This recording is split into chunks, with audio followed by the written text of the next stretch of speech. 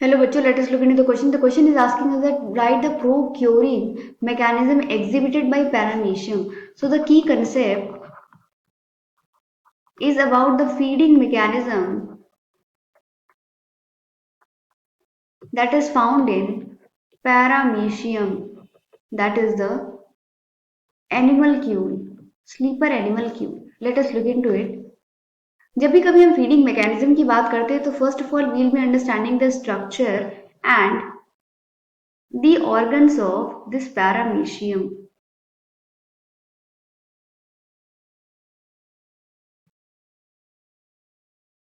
Right?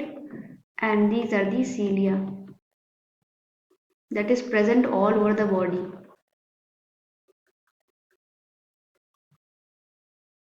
This is the cilia, and here tuft of cilia is present. Right? And this is extended by a structure which is forming food vacuole. Apart from that, यहाँ कुछ cytostome पाए जाते हैं which directs the food towards the cytopharynx. This is cytopharynx.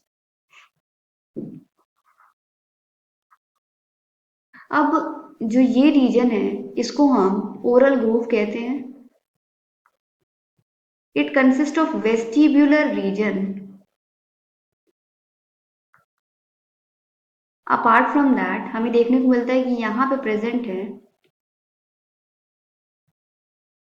साइटोप्रॉक्ट या anal opening, cytoproct, और you can call it at cytopyge और anal pore. Right? Apart from that हमें देखने को मिलता है कि काफी न्यूमरस नंबर में वैक्यूल प्रेजेंट है थ्रू आउट द साइटोप्लाज्म. अब डाइजेशन कैसे होता है? सपोज एज वी नो कि पैरामीशियम एक फ्रेश वाटर ऑर्गेनिज्म है. Fresh water organism. एंड इसका mode of nutrition it is holozoic, यानी कि ये एनिमल, प्लांट, बैक्टीरिया, प्रोटोजोन सब पे ही फीड करता है. राइट?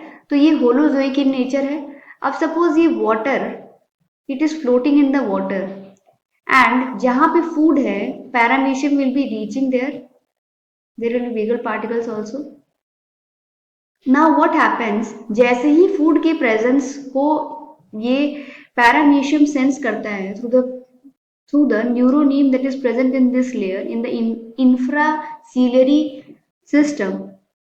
तो न्यूरोनीम से ये सेंस कर लेते हैं फूड को, और जैसे ही ये सेंस करते हैं तो सीलिया बहुत तेजी से it beats around the food. Right? The cilia beating is seen against the water. और इस तरीके से ये फूड जो है वो इस साइड आने लगता है ओरल ग्रूव की तरफ, और ओरल ग्रूव से होते वेस्टिब्यूलर रीजन को ये पास ऑन करता है. एंड यहाँ पे बक्कल कैविटी जैसा ही एक स्ट्रक्चर पाया जाता है जिसको हम कहते हैं gullet. And by passing through the gullet it reaches the cytostome, और वहां से ये फेरिंग्स में एंटर करता है, साइटोफेरिंग्स में. And this is now called as forming food vacuole. Right? Food vacuole. अब ये फूड वैक्यूल जब फॉर्म हो जाता है तो ये वैक्यूल यहाँ से डिटैच होता है और सर्कुलर फॉर्म में ये पूरे ही हमारे एक्टोप्लाज्म, एंडोप्लाज्मिक रीजन में ये साइक्लोसिस का प्रोसेस को कैरी आउट करता है. Right? It is a kind of protoplasmic streaming that is seen in the cytoplasmic region. अब ये साइटोप्लाज्मिक रीजन में स्ट्रीमिंग इसलिए होती है क्योंकि this vacuole consists of enzymes. तो ये जैसे ही इसमें फूड एंटर करता है तो पहले तो इनका मीडियम एसिडिक होता है. उसके बाद after some time we see कि इनसाइड द वैक्यूल जो कंडीशन रहती है एल्कलाइन रहती है, और एल्कलाइन कंडीशन में digestion of the entire biomolecules take place appropriately in the presence of certain enzymes. जैसे कि protein breaks into amino acid, carbohydrate breaks into glucose and so on. So इस तरीके से डाइजेशन होता है, फीडिंग मैकेनिज्म इस तरीके से कैरी आउट होती है और साइक्लोसिस के प्रोसेस के थ्रू यहाँ पे ये पूरी जो न्यूट्रिशन है वो थ्रू आउट द साइटोप्लाज्म ये डिजोल्व होती रहती है। उसके बाद जो एक्सक्रीटरी मैटर है उसको in the form of this vacuole it is ejected out through the cytoproct और एनल पोर और इस तरीके से इनकी डाइजेस्टिव प्रोसेस को कंप्लीट किया जाता है।